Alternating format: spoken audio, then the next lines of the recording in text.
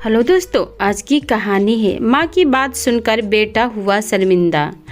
घर के सभी सदस्य खाना खा रहे थे और स्नेहा परोस रही थी। खाते हुए पीयूष अपनी मम्मी से बोला, मम्मी आप भी आ जाओ ना, साथ में खाना खाएंगे।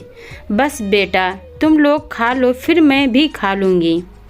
आप हमेशा ऐसा ही बोलती हो, फिर सबके खाने के बाद बचा हुआ खाते हो। पीयूष की ये बात सुनकर खाना खाते हुए सब लोग सभी की तरफ देखने लगे। बचा हुआ से तुम्हारा क्या मतलब है? पापा मैंने कई बार देखा है, मम्मी बाद में कभी कभी बिना सब्जी के ही रोटी खा लेती है। अब परसों की ही बात ले लो, जब मम्मी ने मटर पनीर बनाया तो हम सब ने दो दो बार खाया, लेकिन मम्मी के लिए बचा ही नहीं। तो फिर उसे ज़्यादा बनाना चाहिए था, किसी ने मना किया था क्या? पीयूष के पापा राघव ने अकड़ते हुए कहा। वहाँ पे पीयूष के दादा दादी भी खाना खा रहे थे।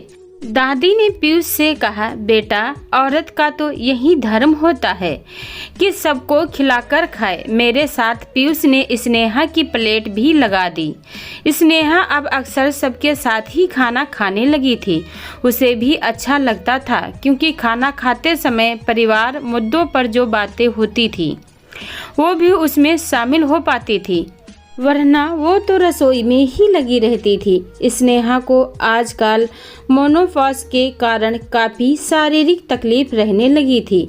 इस समय पीयूष घर के कामों में स्नेहा की काफ़ी मदद करता था। स्नेहा के पति राघव ने एक दिन उसे काम करता देख डांटते हुए कहा, ये क्या लड़कियों की तरह घर के काम करते रहते हो? तुम्हारी पढ़ाई लिखाई का क्या, इसीलिए इतना पैसा खर्च कर रहा हूँ? तुम्हारी मम्मी को भी शर्म नहीं आती बेटे से काम करवाते हुए?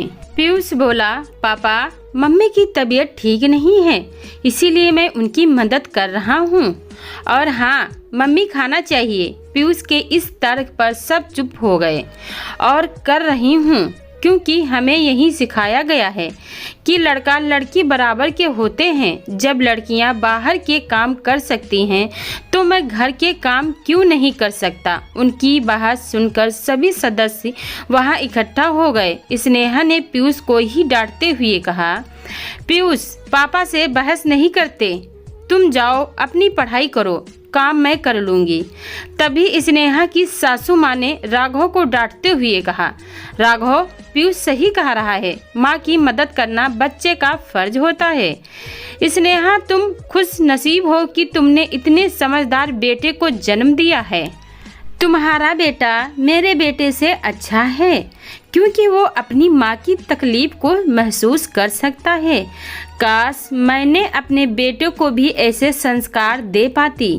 राघव की गर्दन नीचे झुक गई थी, क्योंकि उसे भी आज महसूस हो रहा था कि उसने कभी अपनी माँ की तकलीफ को नहीं समझा था, क्योंकि उसे बेटा होने का अहंकार जो था। दोस्तों, बेटा हो या बेटी, अपनों की मदद करना और उनका ख्याल रखना दोनों का फर्ज होता है। और इस संस्कार के बीच बचपन से ही बच्चे के मन में बोना अवश्य है, क्योंकि हर माँ अपने बच्चे से मदद की उम्मीद रखती है।